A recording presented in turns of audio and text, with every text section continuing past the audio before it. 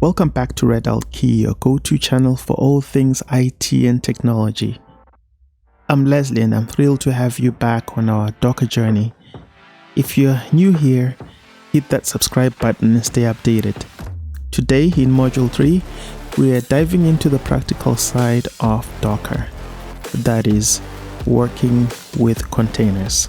Containers are where the magic happens in Docker. Let's roll up our sleeves and start working with them. The first thing that we'll do is pull an image down from the Docker registry. We use docker pull, and we're going to use the Ubuntu image. This command pulls the latest version of the Ubuntu image from the Docker Hub. It downloads the necessary files and layers to your local machine. I'll press enter.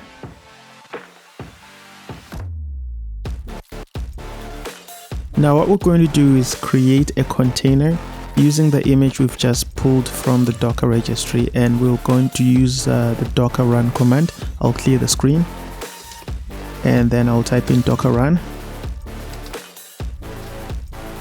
-it -- name, and I'll call it Ubuntu container. And I'll use the image Ubuntu latest, and I'll execute bash.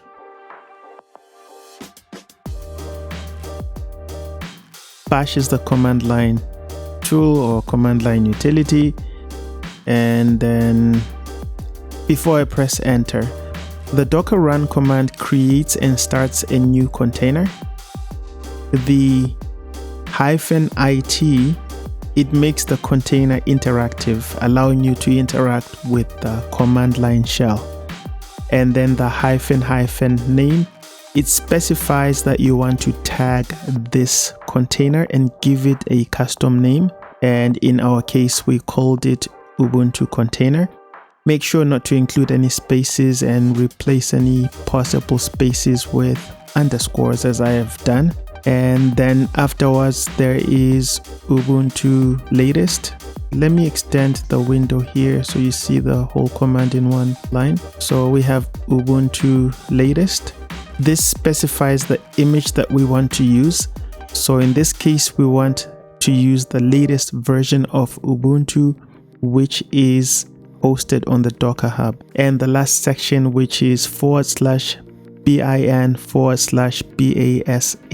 it starts an interactive shell using the bash shell within the container. So at this point, I am going to press enter, and we are inside of the Ubuntu container. That's the file system there. That's the host name. That's the user that we are logged in as. And so to exit out of this container, I'll type in exit, enter. I'll just clear the screen. I'll run docker ps to see if there are any running containers.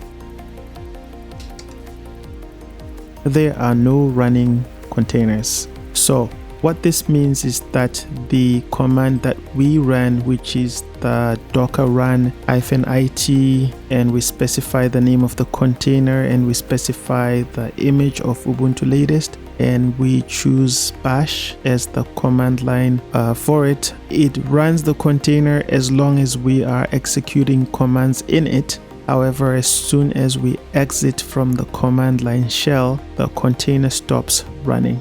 So what we'll do now is start the container that we were in. We're going to use docker start. Actually, let me clear the screen. And then type in docker start.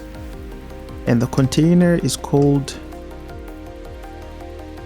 Ubuntu container. There it is. So if I run docker ps, there it is running.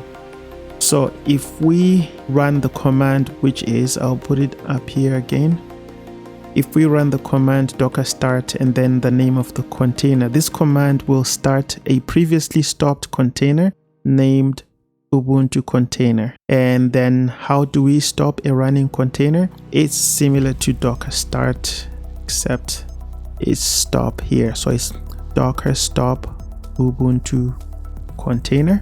Press enter.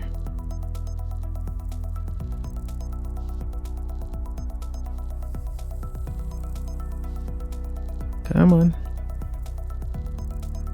There it is. So by graceful, it means that it ensures that it shuts down everything that's associated with the container. It doesn't just pull the plug. In this section, I'm going to show you how to check the logs of a Docker container. So in this case, we do not have a running container, so there are no logs to check. So what I'll do is I will rerun this container called Ubuntu container. And so to check the logs, we type in docker logs space and the name of the container and press enter. There it is. It's actually showing us the commands that we ran the last time we were connected to it. So the command displays the log or output of the container Ubuntu container. In this section, I'm going to show you how to gather detailed information about a container using the docker inspect command. So as opposed to retyping whole command, I'll just use the last one because only one word changes in the command. So I'll go back to docker logs to view the details of a container, an existing container. We use docker inspect. So it's docker inspect and then the name of the container. This command provides detailed information about the container, Ubuntu container, including its configuration and runtime details. I'll press enter. There it is. I'll scroll up a bit so you can see the configuration of this particular containers. Quite a number of items listed here. So from the very top, we can see first off, the container ID. I'll show you the container ID after this. This is the full ID of this container, the date it was created in Zulu time, and path to bin bash. This shows up because it was part of the original command. And then the status is running, true, yes, it's running, paused, no, restarting, no. So it gives so many interesting details about the container. Let me see what I can pull out here that's useful. Platform is Linux, and there's the name of the container, Ubuntu container. What else can we gather here? DNS has not been specified. Let's see.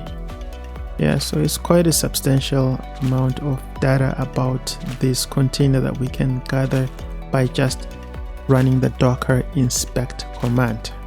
Now we're going to remove the container. Removing is deleting. Removing is getting rid of the container. Since we only have one container running right now, I'll show you with docker ps.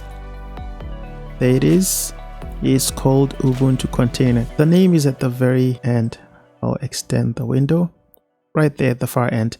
Remember that very, very long container ID that I showed you previously? Well, when you view the running containers with docker ps, it only shows this number of characters, so it doesn't show the whole thing. But it's enough characters to make the container ID unique. So going back to removing a container, the first thing that we'll need to do is to stop the container.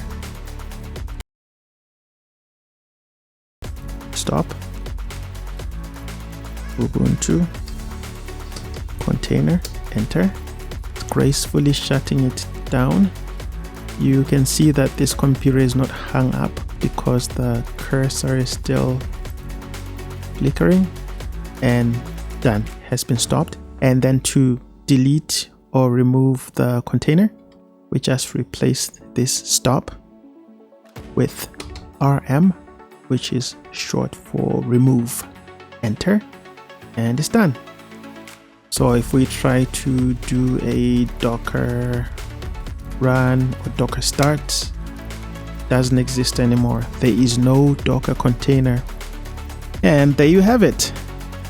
Creating, running, inspecting, and removing containers in Docker. Now, go ahead, experiment, and get comfortable with the container workflow. That wraps up Module 3, working with containers. Containers are the heart of Docker. And now you have the tools to wield their power. If you found this module helpful, give it a thumbs up and don't forget to subscribe for more Docker insights. Speaking of the next module, we're going to explore the exciting world of custom Docker images. Get ready to tailor containers to your exact needs. I'll see you there. Bye.